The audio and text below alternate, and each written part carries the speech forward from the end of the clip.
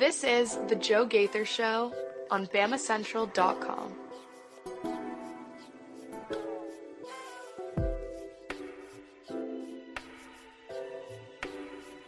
Good afternoon, Tuscaloosa.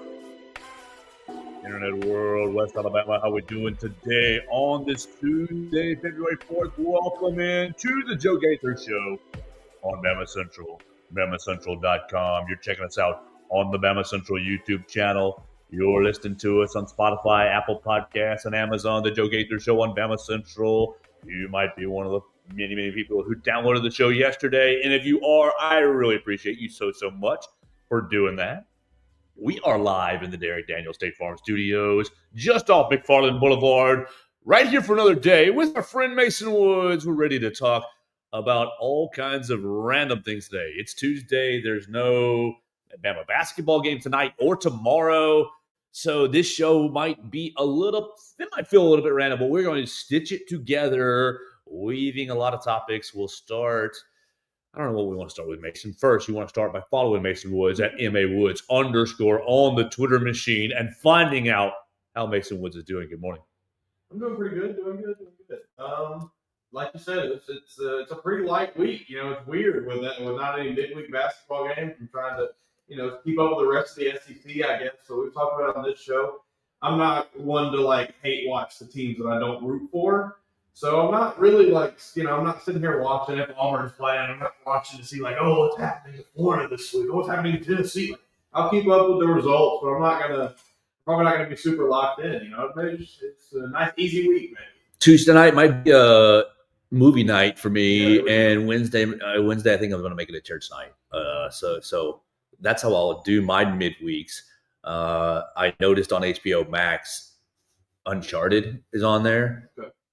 Did you ever play those video games? I never had the opportunity to play. Oh yeah, you're a computer video game, man. I had Xbox as a kid too. It's it was a PlayStation game. So I was a Halo. That was the only good exclusive that Xbox ever had. The PlayStation always blew them out of the water. The Uncharted games were an incredible journey for an early 20s fella right there. Very modern Indiana Jonesy. And so I'm going to check that out a little. Yes, Tom Holland, Mark Wahlberg is in there as well. So I will probably check that out tonight. See what see how they look. Usually a video game adapted to a movie is horrible. I can't think of a good one. And the only one that comes in memory that I enjoy is the Mortal Kombat ones. But those are the cheesiest movies ever. Yeah, you enjoy them to laugh at them. Yes. You're it's cool to see the hero, the characters actually on the screen, but you're laughing at how bad it is. Yeah, it's always bad. I don't know why. They did good with the HBO, The Last of Us. That was good. I don't have high hopes for season 2. I never played Last of Us 2. I played Last of Us 1. I didn't play the second one. I didn't even get to play. I watched it on YouTube in middle school, early high school, something like that. And it was a good game. I always wanted to play it, but again, was held back by having an Xbox. Probably could go back and do it now without a computer, but do you just want my PlayStation 4 that I'm not playing? Maybe we'll see. Talk to me about it. It's collecting dust. I've got Red Dead Redemption 2. I've got a bunch of them. It's just collecting. PlayStation grind. I'm happy. I mean, it's literally collecting dust. You're welcome to it. If anybody's needing a PlayStation or has a son or has somebody, if you're watching my PlayStation 4 is collecting dust, I'll play my 5 from time to time. I'd love to put it to a good use. We'll say that. Watching wrestling, I think it'd be a WWE game. That's not really. You should wait. March. Was it March? 2K25 is the. Them advertising it on the show. They pop up with the overalls for everybody. That's fun, Yeah, I gotta get on that. I'm looking forward to that for sure. It's a pretty lame. Back. I mean, there's only one good SEC game this week, and even Kentucky Ole Miss. It's not like there's really any real skin in the game on that one as far as how it affects Alabama.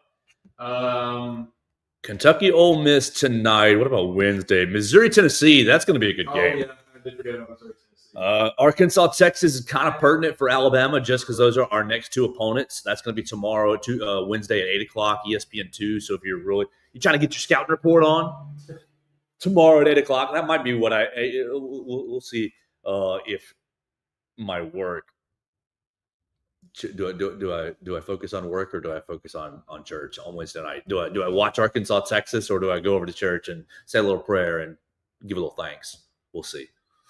But you're right. I mean, when Alabama's not playing, I don't really care. I don't lock in as much, and I think it's okay to admit that.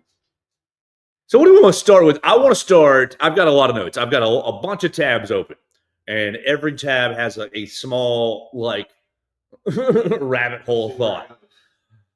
Let's start with this because it's the only one that I actually took a note on that's not on my internet tabs. Yesterday,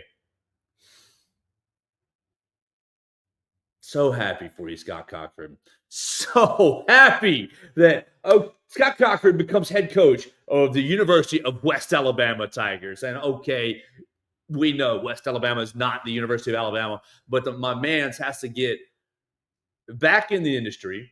And golly, I am just so happy for him personally with the journey that he has gone on from really grinding his nose off at Alabama and at Georgia, grinding his nose off to such a degree that, you succumb to addictions, you succumb to basically Adderall, ADD, kind of amphetamine becomes a scary thing. Do I have the story right? It's his wife who found him passed out? Someone found him passed out in a facility, and that's kind of how he got found out. He was kind of covering himself, really doing the best job he could while working with an addiction there. Gets himself cleaned up. Yeah, wife finds it. Just terrible. Imagine. I mean, that's probably rock bottom, you think? Yes. It's a good redemption story. I will always, anytime, no matter what, I will continue to root for anybody battling addiction. That's special. That story especially really is I will root for you 10 times out of 10, man. That's awesome to see him recover from that. And what he's doing recovering from that, because I think at Georgia, Kirby would have had him right back on the staff if he wanted that. Mm-hmm.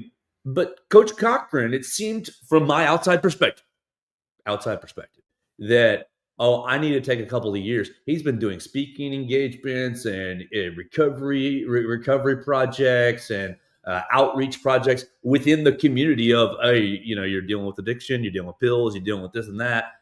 So he took some time away from football to, oh man, I was dealing with this. Maybe I can help other people deal with this. Now it seems like it's back to, hey, I want to get into football. I'm sure the addiction part would just, the recovery part will be an aspect of it, but very inspiring.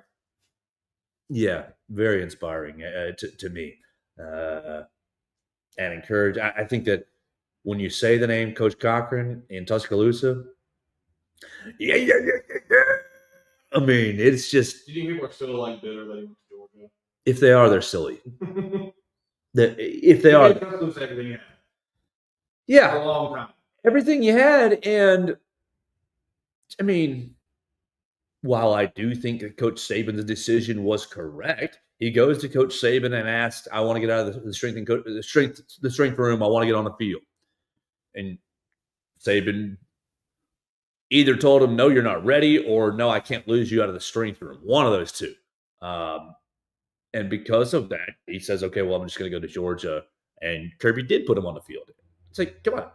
Are you mad that he are you mad that he furthered his own career, that he put his family first, that he put his hopes in? I mean, look, strength and conditioning coach, that's great, but everybody has dreams, everybody has goals. I don't have any animosity. I don't think that Coach Saban was wrong to say no, but neither was Coach Cochran to say, okay, I'll just go make a different move. Sure, yeah. I'll never dog anybody for trying to get better than themselves, taking a job that is, not just that was not a lateral move. It was an upgrade for him. So, it would have been one thing if he had jumped from conditioning staff to conditioning staff, but he didn't. He did get that on-field role. He's a special teams guy. Yeah. And okay, the year that I worked for the football team, If you didn't know this, I worked for the football team the 2008 season, Coach Saban's second year, 12-2. Sorry, we lost to Florida and Utah. That's my fault, not anyone else's. I remember watching that. That was in the, what was that, 2008, 9? You said 2008. Fourth grade. And I was at my friend Matthew's house, and he was a Florida fan, and I was crying. Well, you can blame me. It's okay. I'll take the blame. No, I'll take all the blame for those two losses. I definitely enjoyed Bourbon Street way too much for that Sugar Bowl. And that was crazy. You try explaining to an 8-year-old Mason that the team you just watched win 12 games in the regular season lost to Utah. I couldn't believe what I was seeing. Because I did not grasp the concept of, like, Alabama didn't want to be there, buddy. I don't think that was the case. I think there wasn't a Alabama didn't want to be there case. Utah really wanted to be there. The whole week. The whole week we were out on, obviously practice, and then after practice it was kind of out on Bourbon Street most nights that week, and you'd run into the Utah players, and it became a look how small they are, look how little they are. We're gonna bleep them up. It's gonna be, and then you had the Andre Smith situation. He basically signs with an agent beforehand, gets ineligible for that game. Shoot, that became. They had that Lou Groza award quick kicker, and he kicked like 4 field goals or something. That became just an ugly week. Yeah, I just remember watching it, and my poor dad trying to explain to me kind of what was happening. I was just like, Alabama's better than Utah. Why are they losing? Couldn't explain it to me. Anyway, point being, the year that I was working for the team, Coach Cochran ran all the scout team special teams. So you do special teams period, and obviously your starting punt return unit would be on one end, and they'd be with, at that time it was Bobby Williams, who was the special teams coordinator. Well, you also have to have a dummy look group that gives them punt return, who's punting, and so Coach Cochran always did the dummy scout team special teams. And so I think, that was 2008. It was 2008, and how long? 17, 18, 19 or so, when he left to take that move at Georgia. So 10 years of that. I think he thought he was ready. Anybody should fault him for jumping at the opportunity to have the role that he wanted. Sure. And all this to say, congratulations at West Alabama. Yes. All right. Let's see what we're doing this year, Coach. Schedule. Opening a new tab. Gaither show live from West Alabama's homecoming game this year. Okay, that's last year's schedule. Do you have 25? 25 schedule is not on their website yet. They went 9-2 last year, though. They beat Miles College, Tuscaloosa, Limestone. They beat West Florida. Their game against Valdosta State was canceled. They beat Mississippi College. They lost at Delta State. They smoked Chowan, Chowan. They beat North Greenville and Shorter. They killed Erskine 63-0. And then in the Division II playoffs, they lost by 3 points to Lenoir Ryan University. So good little season last year for West Alabama. Division II program. So I think this is a perfect place for him to just try to be a head coach, keep giving back to the community. What do we think the standards are in West Alabama? I'm seeing from Wikipedia, they had not been to the playoffs since 2018, before last year. I'm not sure what happened to their coach. Gillian was named West Alabama. He resigned as football coach. So Brett Gillian moved from football coach to athletic director. Yeah. Brett Gillian moved from football coach to athletic director. He had been their head football coach, it looks like, oh my gosh, since 2014. So my man has been there. He had a 71-43 record over those 10 seasons or so. And now he is their athletic director. So I would imagine he was very, very particular about who he handed that program off. Sounds like it, yeah. Scott Cochran, I hope he does really well there. I think he should do well there. Given sounds like he's stepping into a pretty decent program already, for the level that they're at. Yeah, 9-2 last year, 5-5 the year before, 5-6, 7-4, 2-0 for COVID, 6-5, 8-4, 10-3. So decent little. Yeah. I mean, he's not born on third base here or anything, but he's not having a rebuild either. Shoot, I bet you if you're in Division II, Mason, though, every year's a rebuild. If I had to guess, not to be like no, you're probably sticking that to you. Yeah, I didn't even consider. Yeah, guys go to. There's a lot more turnover. We go to. Oh, I'm going to the transfer portal. I'm JUCOing out. I'm quitting football. I'm sure the day-to-day there looks a lot different than it does for a Division I coach, as far as just the headaches you have to deal with. Yes, but think about what that will do for his if you want to go further, for what it'll do for his preparation when he gets to it. I imagine that is there's a lot of respect associated with cutting your ties in the Division II or whatever it is, not just kind of jumping immediately to a bigger job. Because of all of those kind of headaches and things that come associated with that job that are just not necessarily there at the higher levels. I hope he does really well. I would like to see him make his way up to the maybe to Power 5 one day, maybe at least Division I even. That'd be cool. That would be awesome. Now that we're 17 minutes in and we've lost all the casual listeners and all the real listeners are still with us, who I really appreciate. You guys the best. I told Mason before the show, there's going to be a 0.02 chance of me leaving this gig. I'm going to, why not? The year that I worked for the team, Coach Cochran and I knew each other somewhat. I bet you if you told him my name, he'd say, who the hell is that? But if you started giving some of the, do you remember this guy who said this and did that? And he used to call me Dave Matthews because I would listen to Dave while I did my charting. And so I did like the special teams charting and he'd come in and go on, Dave Matthews, just like, because I'd just be space cadet. I'm gonna see if he's got a position that I'll cut the grass at West Alabama, and if that's the case, great. But if not, I'll cheer for you anyways, and I cannot wait to see what he does. I'm really really excited for him. Yeah, absolutely. They're gonna be moved onto the radar. We'll say that for Coach Cochran, and I hope he does really well. Wins or losses aside, I don't know if that's really going to be the motivation at West Alabama. Yeah, it seems like I imagine he's got a pretty long leash there to kind of a lot of leeway there. Yeah, I think it's going to be a lot more about leader of men, building men, creating community. Wins, great if they come, absolutely. So congratulations, Coach Cochran. I felt like that's going to be the best way to start this show with acknowledging his hire at West Alabama. All right, so what other tabs do we have open? That's Gillian. That's Jerry Curtis. That's basketball. Why don't we go to Jerry Curtis? Because we talked a lot about Ryan Grubb yesterday. Talked a lot about Ryan Grubb, his hire with the staff yesterday, and it sounds like the gang is all going to be together. Sheridan staying, great. No movement there.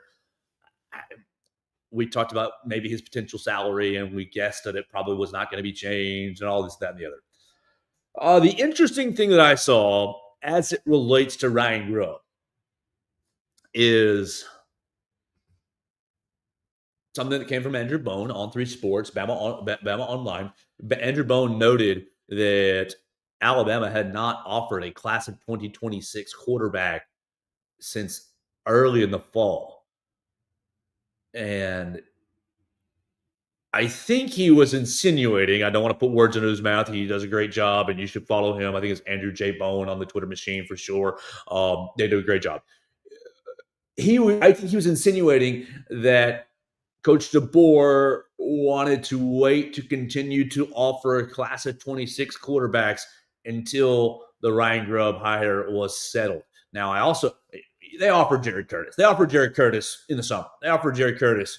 I mean, this dude's going to be – he's supposed to be the be-all, end-all, greatest quarterback you ever seen, blah, blah, blah, blah, blah. We're all falling all over. You know how they do it. Last year – every coach coming to visit him at his house. It's so silly. Last year, Keelan Russell, greatest quarterback we ever seen. Year before that is Julian Sayin, greatest quarterback you ever seen. Year before that, Bryce Young, greatest quarterback. And now it's Jerry Curtis, greatest quarterback you ever seen. Insinuates that Kalen DeBoer wanted Ryan Grubb to basically put a stamp of approval, and Ryan Grubb, that insinuating that, this is the big pick, and right now that Grubb is in position as offensive coordinator, they're going to go even harder at Jared Curtis because all the staff is kind of all the pieces are kind of finally locked in. My question to you, though, Mason, be all end all, greatest quarterback ever, class of 2026. This is not Madden. This is not NCAA. I do think you have to have a quarterback every single class. But how do you balance? Okay, you got looking at Ty Simpson. Maybe he's the next be all end all. He's going to be greatest quarterback ever. Rah, rah, rah, roll Tide. And then you look behind him. Well, does Austin Mack sit and wait? Does Keelan Russell sit and wait? Or then you domino fall and say, well, maybe Austin Mack wins the job. Who does Keelan Russell? Are you wasting your time recruiting are you wasting time and resources with 5-star premium? You're not going after, no disrespect to you, but you're not going after a Mac Jones type who's, hey, man, maybe I can cook and marinate for 3 years and play my senior year. You're going after the cream of the crop, which, look, makes me happy because I want to watch the cream of the crop here, right here in Tuscaloosa. But are you wasting your time? Because what happens? Jared Curtis, let's just say it all goes perfect. Jared Curtis commits, signs in December, enrolls early in January, and now you just have a bleeping stack. Does Austin Mack transfer out? Does Keelan Russell transfer out?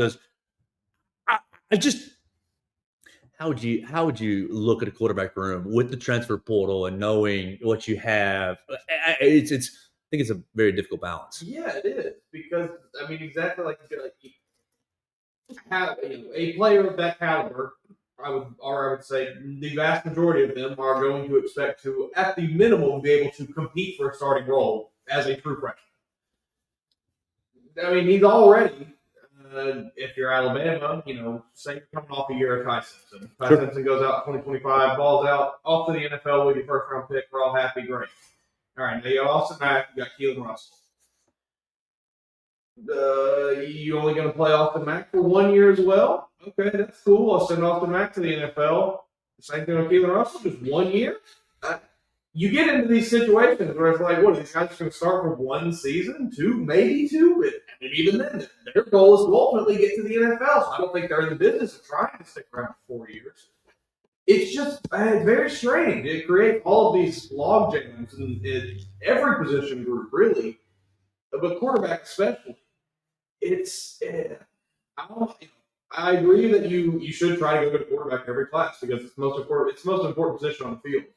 I just wonder if maybe you every other year you go after the blue chip number 1 overall quarterback, and then on the off year you go after, okay, maybe we just go get a 3-4 star quarterback, just kind of keep him, stick around as a backup, stash him on the bench for a season. I don't know. It's just weird. It seems, like you said, almost like a waste of time and resources when ultimately one of these guys will transfer if they are forced to sit for more than 1 season. Jared Curtis currently ranked 5-star quarterback, number 4 overall recruit in the 2026 in the composite. And he is the number 1 quarterback. He's behind Jackson Cantwell, offensive tackle out of Missouri, Emmanuel Iheanacho, offensive tackle out of Maryland, and Chris Henry Jr., wide receiver out of California, who is committed to Ohio State. So only Henry is committed. The other top 4 prospects are still in limbo. Jared Curtis has a crystal ball to the University of Georgia. Andrew Irving's director of scouting for 24/7 Sports writes, a big-armed quarterback prospect with some moxie owns a favorable build, measured roughly 6'3", 215 as a 9th grader, started football career off playing running back before getting a look under center, instantly found success in his new position, earning Mr. Football runner-up in Tennessee as a freshman, where he won 10 games. Not afraid to dial up the deep ball, tends to connect on plenty of vertical shots, also excels on hitting big hitting timing-based breaking routes over the middle. Shouldn't be classified as a true dual threat talent, but can move the chains with his legs and work off script when the pocket collapses. Camp footage shows both pace and touch. Must keep developing and learn how to read the complex defenses he will face at the next level, but looks like one of the top signal callers in the 26 cycle, likely to find success in a variety of different offensive systems. But I recall many similar things being said about Ty Simpson, and here we are 2-3 years later, and we're not overly excited about the prospect of being a starter at Alabama. You just think about NIL, right? It's a finite resource, especially at Alabama. Are you going to use that resource on a quarterback that might transfer out? Yeah. Or just look at these four guys. Look at these top guys. Would you rather use it on Jackson Cantwell, a tackle? Right? Would you rather use it on?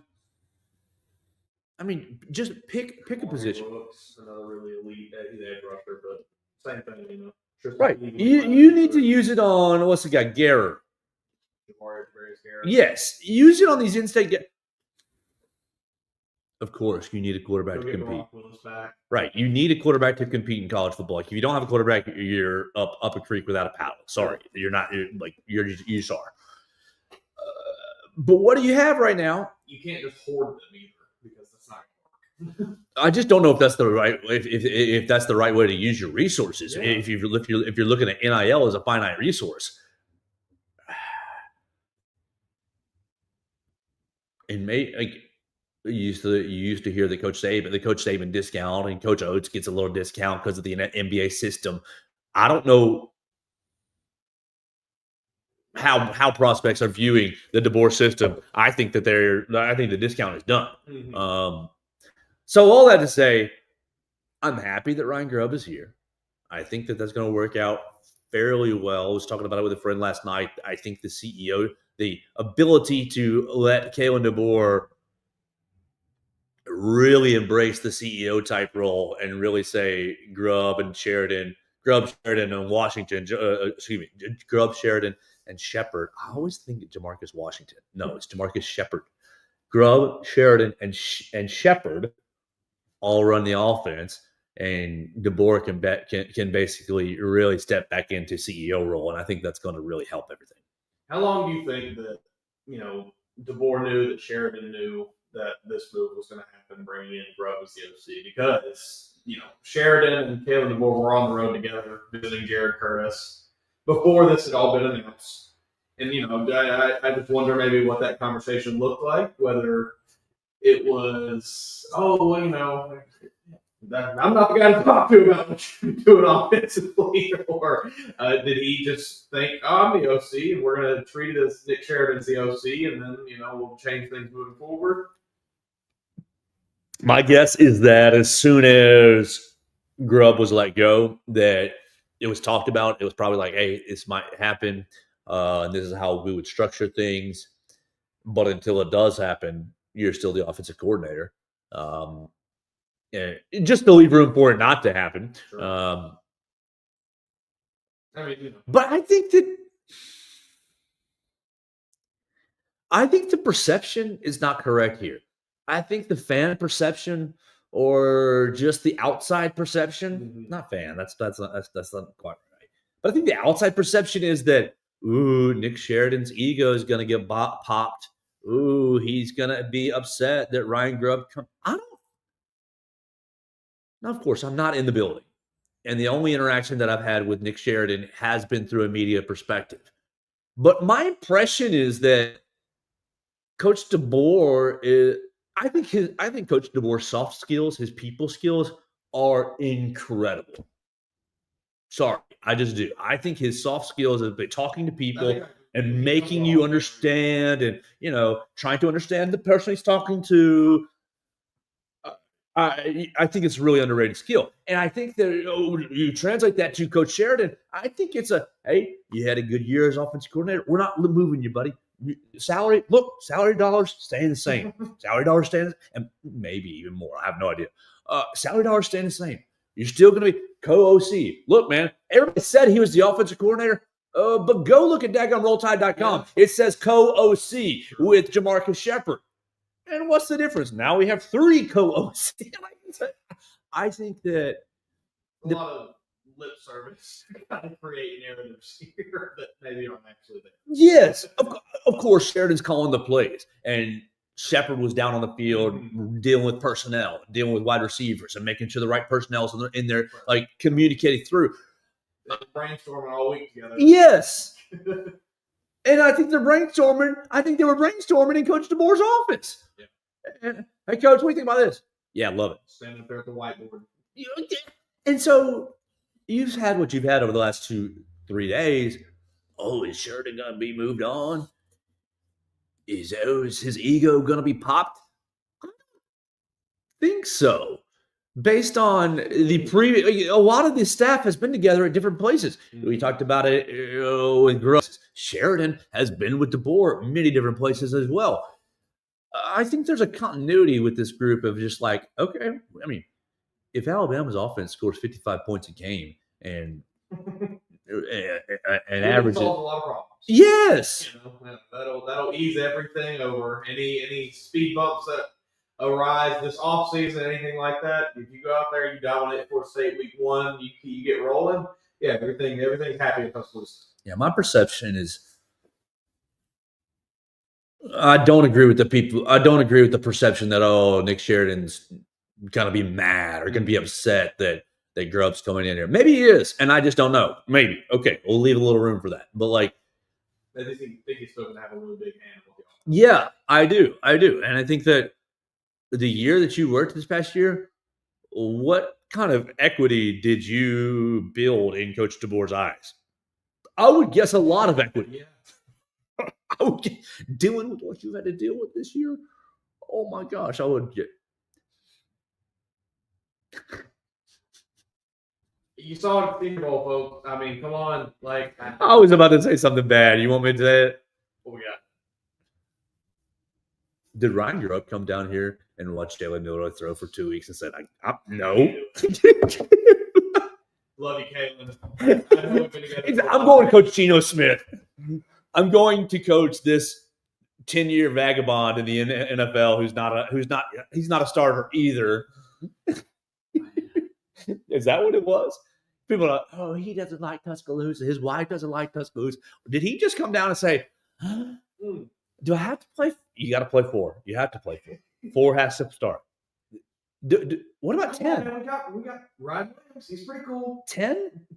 Can we play 10? Is Ty Simpson wearing 12? Is it 2? Austin Max was wearing 10. Lonergan was wearing 12. Lonergan was wearing 12. Simpson was wearing 9, 16. I don't know. He wasn't wearing 10. 15, it was 15. That's right. Oh, I was all over the place. That shows you where we are. This shows a number 10 team. We are number 10. Number 1 in your hearts. We're talking number 10 on the show. But yeah, hey, Coach, do we have to play 4? Yeah, you got to. All right, I'm going back to Seattle. Austin Mack was going to start for us at Washington. Why can't he start here? Everybody loves him. Team dynamics. Look, man, I don't know how to explain it to you, but you bench 4, everybody else is gone too. Okay, we'll keep it going. So there's Jerry Curtis. If you get Jerry Curtis, great. But what are you spending on him? Yeah. And how much are you going to get out of him? Grubb left to take a better opportunity where he didn't have to uproot his family and leave across the country, Now, whether or not Jalen Milroe's play had any effect on that, I don't know. I don't think it was the sole reason. No, just obviously.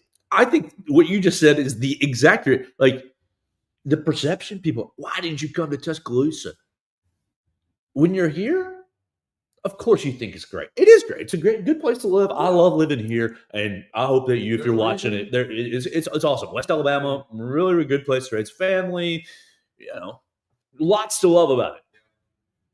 But if you had a choice to not move your family and get a raise, and coach in the NFL, it's just obvious to me.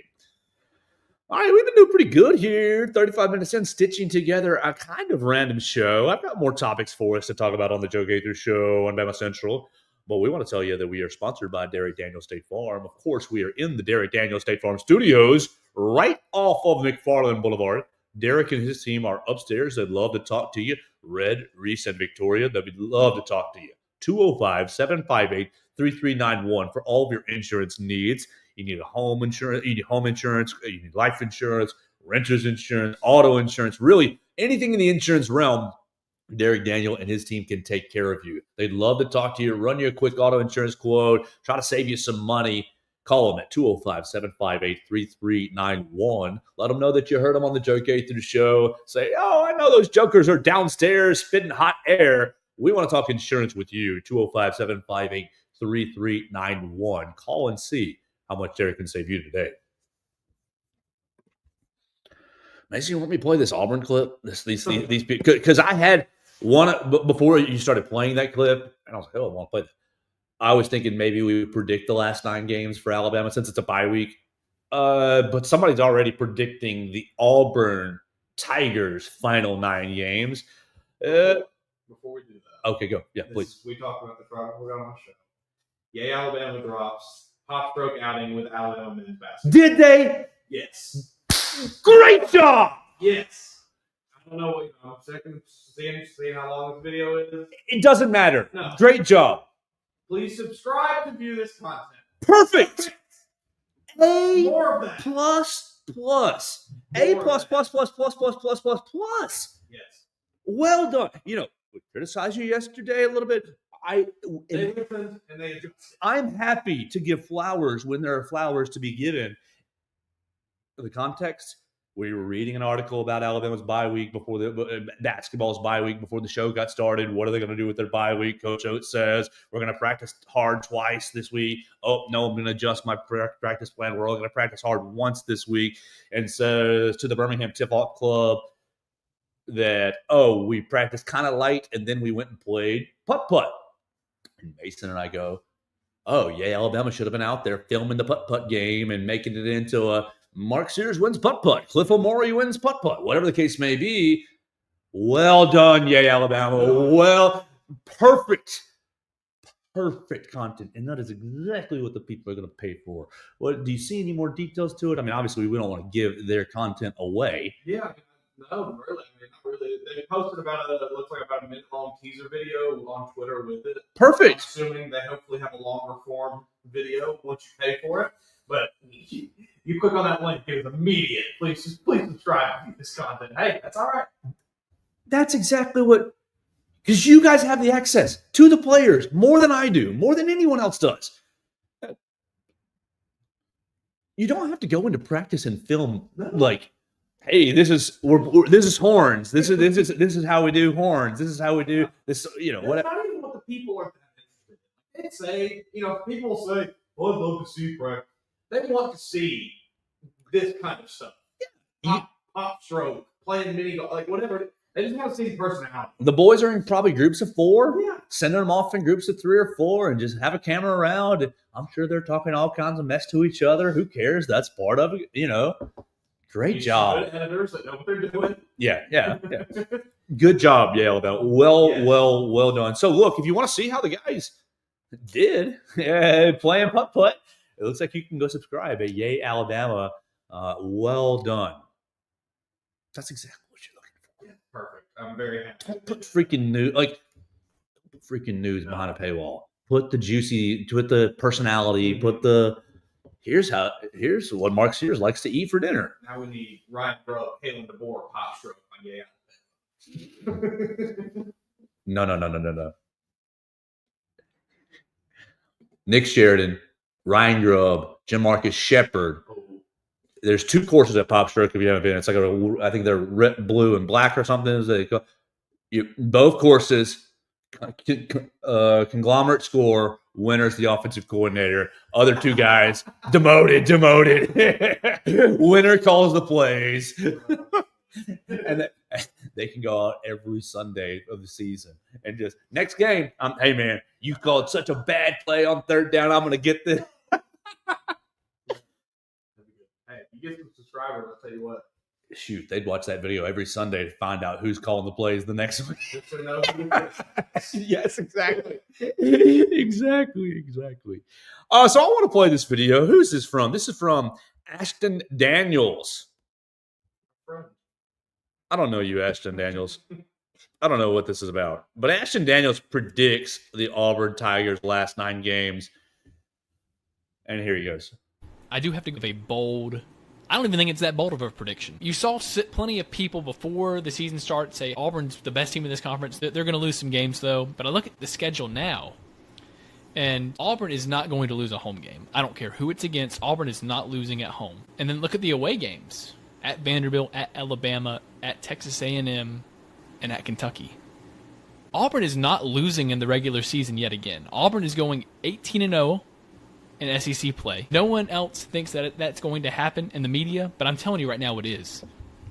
Auburn's not going to lose a home game. I mean, that's not even a debate. At Vanderbilt, should be a pretty easy win. At Alabama, that's going to be our toughest test. We could lose that game, but I think we're so much better than them on the defensive end, and we're going to be able to dominate them on offense. They don't have an answer for Broom. Then you look at Kentucky, they don't play defense. We're going to win that. And then you look at A&M, I think that's the second toughest one. That's going to be a really tough game at the end. But I think, again, I just think we're that much better than them.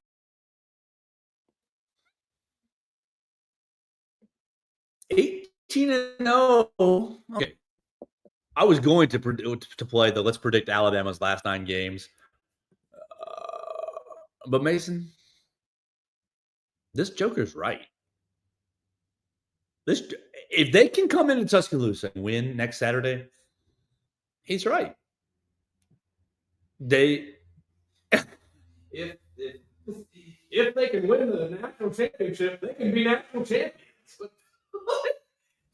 If they can do the hardest thing left on their schedule, they can be a pretty good team. This is ridiculous. The confidence to say that with 3 remaining top 25 away matchups on their schedule is preposterous. Kentucky stinks. That's BS. Texas A&M is a very good basketball team. I know Auburn is extremely good, and I'm not dumb. I know Auburn is very good at basketball, but this is just purely I love Auburn, so I'm going to say they're going to win. You did not think about you didn't consider how hard that is going to be to win all of these games. 9 games left, you're dropping at least one. Now, I'll give you probably stay undefeated at home. You don't have a tough schedule at home. Georgia's a hard place to come play.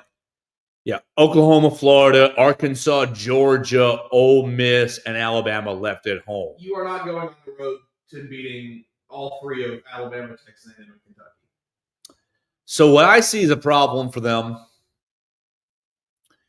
I see these 2 Saturday games as a huge problem. Well, when is that A&M matchup? Because you got back-to-backs. That's 3-4, so that's in a month. So is that a Saturday or is that's a Tuesday? So, yeah, I see – that's the Saturday. Okay. Yeah, I see at Kentucky and at Alabama are your major ones because of you're playing Ole Miss at home. You're midweek again, and then you're going to Kentucky, and then you're before that you're going to Nashville on the 11th, and then to Tuscaloosa on the 15th. And I definitely think you're going to beat the brakes off of Vanderbilt, but the back-to-back road matchups. My big thing with them coming in here is I'm just terrified of a cold shooting night. I'm just terrified of can you net neutralize? You're not going to win the inside matchup. Can you wash out? Can you play about even inside? I don't think you can. I think it's worth noting. We already talked about the discrepancy in defensive play between Alabama and Auburn. How it's this giant cavernous, massive gap between the two. Both are top 50 in defensive rating.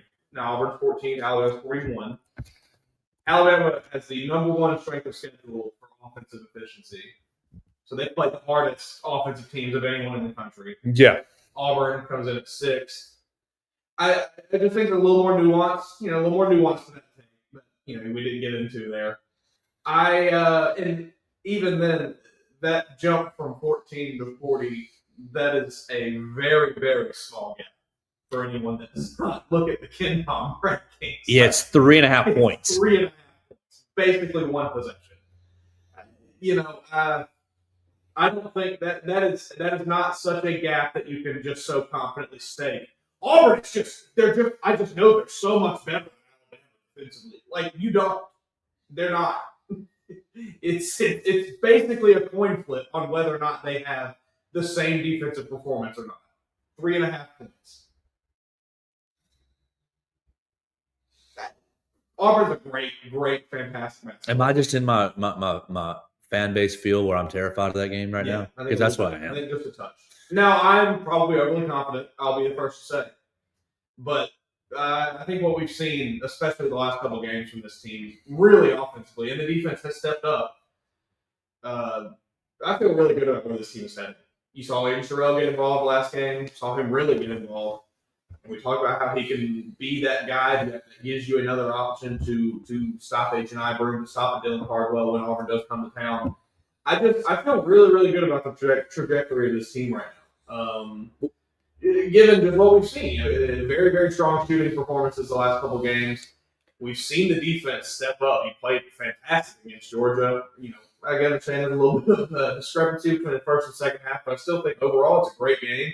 Played solid against LSU, especially in the second half. Obviously, had the whole Mark Sears situation, but that's null and void now. I think it's categorically ridiculous to have that level of blind confidence that this team is just so much better than everyone else left on their schedule, because we have seen those teams on this schedule be very, very good this year.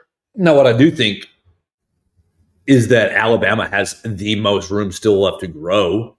I think Auburn is much closer to their ceiling as a team than Alabama is. So you still have 2 weeks to grow before. I just don't want to get punched in the mouth next Saturday and, now your chances of winning the SEC regular season are basically null and void, and you blew your shot to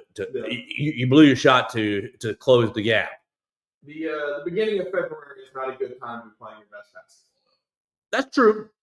I mean, I truly believe Auburn is, like you said, at their peak right now. They don't really have much. There's not a whole lot else. Not really much else they can do. They're playing pretty perfect. What do we think about Alabama's last 9 games? We're just out of a. Let's see. Click over. You are at Arkansas, at Texas. Yeah, here we do the road games first. At Arkansas, at Texas, at Missouri, at Tennessee, and at Auburn. I got no. You go in one probably at this point. 2. I don't think you go into Tennessee and win either. I feel pretty good. Just because of the daggum whistle that you're going to get, and how just Tennessee plays a disgusting brand of basketball. And you talk about, you watching other teams. I will. You have to pay me a lot of money to watch Tennessee. It's so awful. Rick Barnes, you should be in jail for what you've done to the game of basketball in the year of our Lord 2025. Absolutely. And so I think you're winning at Arkansas. I think you're winning at Texas. I think those are going to be tough games. I think at Missouri is going to be a really tough game as well, but you'll probably win. I don't really think you're going to win at Tennessee or Auburn. And then I guess these home games aren't really easy either. Auburn at home, Kentucky at home, Mississippi State at home, and Florida at home. I said what I said about Auburn already, so that stands. Is that a third loss? I don't know how. I don't think Florida's coming into Tuscaloosa and winning. I don't think State's coming into Tuscaloosa and winning. I don't think Kentucky's coming in and winning, but I think they could. I think if you have a turnover issue that night, then it could really bite you. I'm 9 games left. I'm feeling 6-3, Mason. I'm still feeling 6-3, which puts you at 4? That puts you at 18-4. 18 games minus 4 is 14-4, right? And I think you're probably finishing 3rd in the league, 2nd, 3rd, 4th, just based on tiebreakers and BS. And that makes me sad. How much? I don't think so. It makes my blood boil. At least 7 wins here. Oh. The only two that do concern me are the away games at Alabama, or at Auburn and Tennessee. Other than that, I'm not overly concerned about any of these. I think Bama gets the home bump against Auburn, then Coleman. Tend to play pretty decent in those matchups at home. Kentucky, like you said, they can cause some issues if Alabama gets into a just run and gun. We're going to turn the ball over every other possession. But we haven't seen that a little bit, so I'm optimistic that maybe they've worked that out. I think this team turned the ball over 20 times on Saturday. Yeah, but you also won by 35.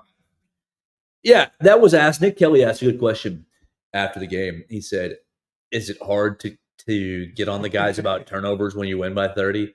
And he was like, "It shouldn't be," but I think the team knows what's in front of them, and I think that they are surging and getting to their peak, right, kind of at the right time of the year as we get into the back, like, third of the season. And I think that bodes really well for what they can do.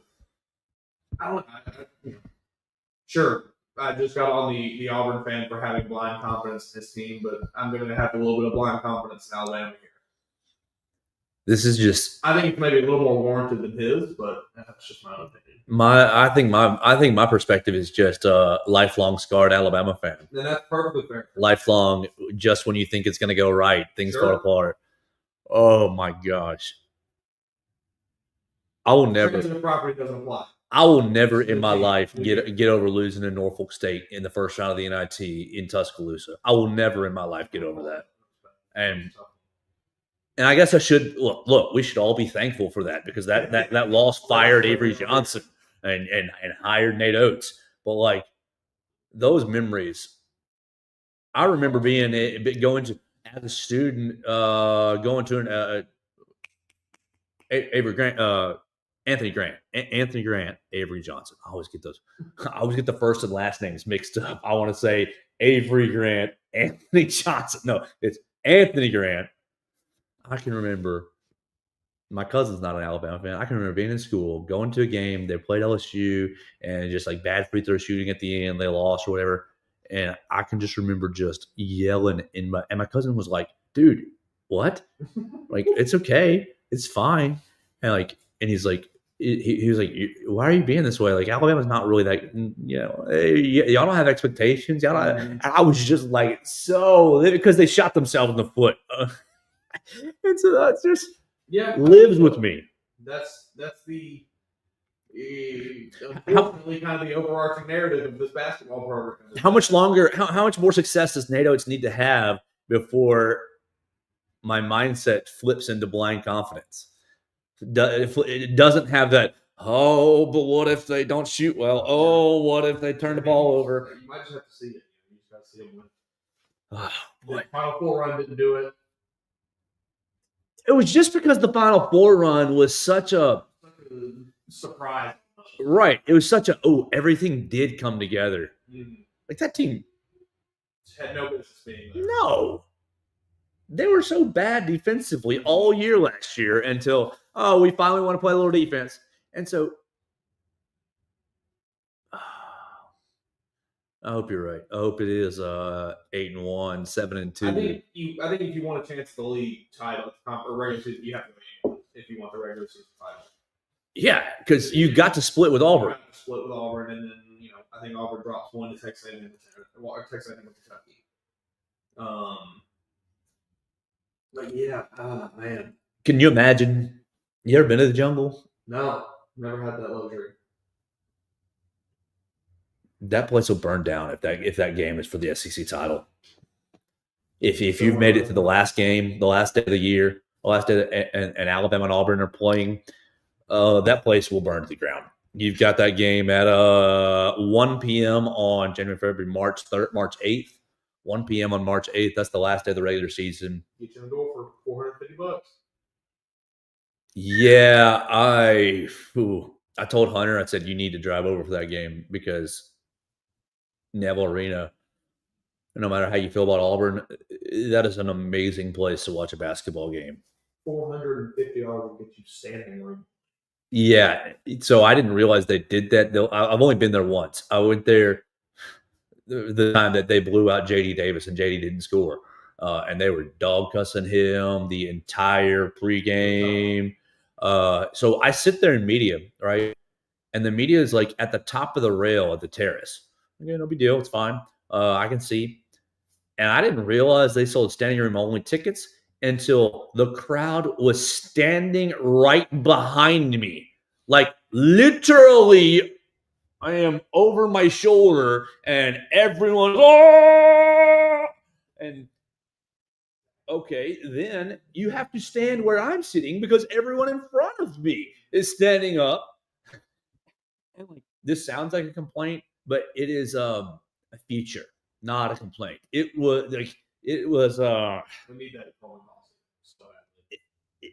it was the intensity was off the charts. It was Dante's Inferno inside Neville Arena, and because I just like to be in the moment, I was extremely, and of course I was sad Alabama lost that night, but the spectacle of it really feels like the way it's built there, it funnels that sound right down to the floor too. I don't know anything about acoustics or architecture or anything, but it certainly seems, even from like the broadcast, which is the only time I've ever experienced it, so much different than what you get in Coleman Coliseum. Because even when Coleman Coliseum is at its loudest, like it still feels like we could crank that knob up a little bit more here.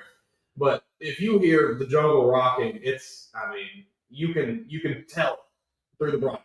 pretty intimidating spot. So if you're saving some money to go to that game, I encourage you to keep saving some money because that's going to be a lot of fun. Maybe it's going to be for the SEC championship at the end. Mason, we've gone about an hour. I got 4 or 5 more topics, but why don't we save them for tomorrow? Because it seems like it might be a little bit of a random week. What else I was looking at? I'm looking at a mock draft that did not have Jalen Milroe in the first 2 rounds. What else am I looking at? I'm looking at what's this one right here? That one's on Ryan Grove. That tab is on Jared Curtis. That tab is on men's basketball. Really, draft was where I was going to go, but I don't want to bog the people down with that as we have plenty of time until the NFL draft, and all of that stuff is just speculation. Also, yesterday, NFL Media Day for the Super Bowl, I didn't really pay attention to any of that. I saw that Devontae Smith's favorite color is pink, so oh, nice, nice. Grim Reaper, like Slim Reaper. That's a waste. That's a waste of an event. It used to be so big. I love Jameis Winston. I think I've had like just this much too much Jameis Winston. They've got him doing his Fox correspondent questions, and like you're funny. I like you, Jameis. Seem like a really really nice guy, but like just tone it down. The whole shtick is like it's a little much. Yeah. I'm going to watch the Super Bowl this Sunday, but I don't care. I'm not going to, I haven't, maybe it's because my Bears have been so bad. I just don't, I'll watch it. It'll be on, but. It's definitely a lot harder to lock in the NFL when your team sucks. And it sucks like the Bears and the Titans do, where it's like you almost know, well, you have some hope now. A little. But, until they screw them up. And it's, yeah. All right, we'll finish this bad boy up. We hope you all have a great Tuesday. Spend some time with the family as you're not watching Alabama basketball tonight or tomorrow. Have a good evening and time with your family. We will talk to you tomorrow. This is the Joe Gaither Show. You follow us on BamaCentral, BamaCentral.com. You follow us on Spotify, Apple Podcasts, and Amazon. Go tell a friend about the show. Lots of you are telling your friends about the show. I appreciate you so much for doing that because we are seeing our numbers go up, and that makes me very, very happy. So thank you very much for subscribing to the show, watching the show, listening to the show, and we will talk to you again tomorrow right here on the Joe Gaither Show on BamaCentral and BamaCentral.com.